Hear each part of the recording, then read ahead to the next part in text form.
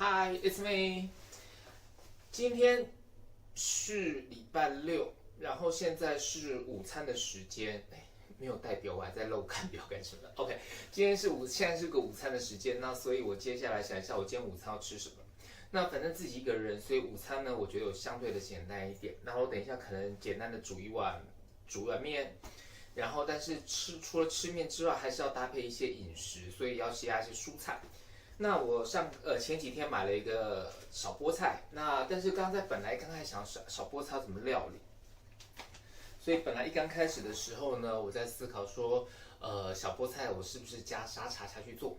但后来想想，不对啊，在我的厨子里头有之前在日本买过来的这个叫做猪肉的罐头 ，OK。所以我现在想说，假如我把这个所谓的猪肉罐头跟小菠菜一起煮的话，不知道效果会是如何。那之前曾经在看昨日的美食，是昨日的美食吗？不是昨日的美食。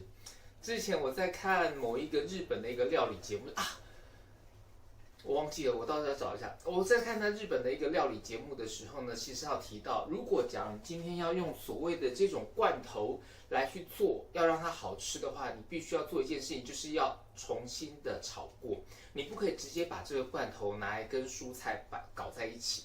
那所以等一下我就会先用这个猪肉炒一下，再跟这个小菠菜给拌炒，然后看一下这个所谓的猪肉小菠菜看起来好不好吃跟美不美喽。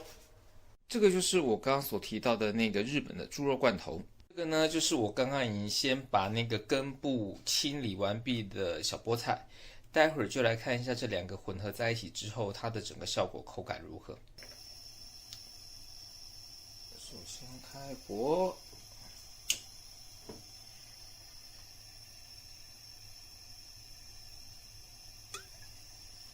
这个就是打开过后的猪肉罐头，然后我们现在把它丢下去，来爆炒一下。我发现其实它的油还挺多的，早知道我刚刚就不要放油了。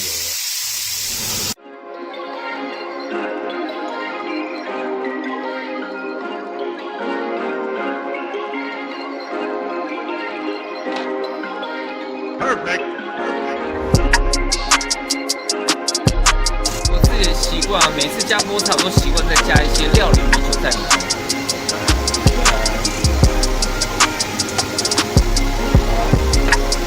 这样子的话，可以一方面去点腥吧。